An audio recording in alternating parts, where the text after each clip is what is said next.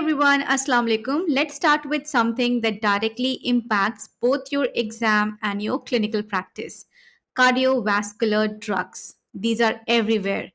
Almost every medically compromised patient you see in dentistry is on one of these medications. So, if you understand this topic well, you're not just closer to exam success, but you are preventing medical emergencies in your chair. Let's begin with the foundation, the Renin-Angiotensin-Aldosterone system, or RAAS. This is responsible for increasing blood pressure.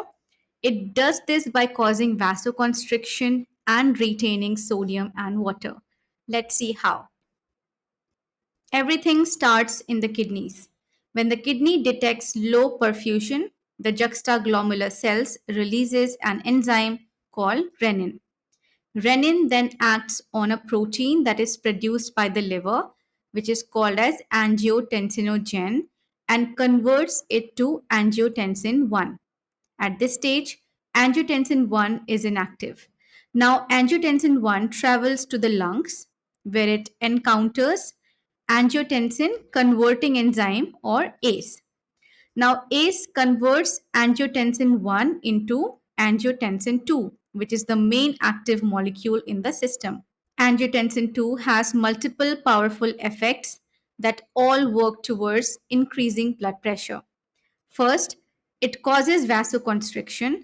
This narrows the blood vessels and immediately raises blood pressure. Second, it stimulates the adrenal cortex to release aldosterone. Aldosterone acts on the kidneys to increase sodium and water resorption.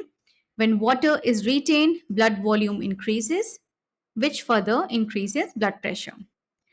Third, angiotensin 2, it also stimulates the release of ADH from the posterior pituitary. Now, ADH increases water resorption in the kidneys, again contributing to increased blood volume. So, overall, RAS increases blood pressure through vasoconstriction and fluid retention. Now, let's connect this to pharmacology. So ACE inhibitors block the angiotensin converting enzyme, due to which angiotensin 1 cannot be converted to angiotensin 2. So we don't have vasoconstriction. In fact, we have vasodilation, and thus the blood pressure is lowered. Now, ARBs, which are angiotensin receptor blockers, they act slightly differently. They block the receptor for angiotensin 2. So, even if angiotensin 2 is present, it cannot exert its effect. So, both ACE inhibitors and ARBs ultimately reduce the blood pressure by interfering with this pathway. So we got to know that if you block the system, you reduce blood pressure. And in the next video, we will cover ACE inhibitors and ARBs in details. So stay tuned. If you like the video, don't forget to comment below and subscribe to my channel. See you in the next one. Allah Hafiz.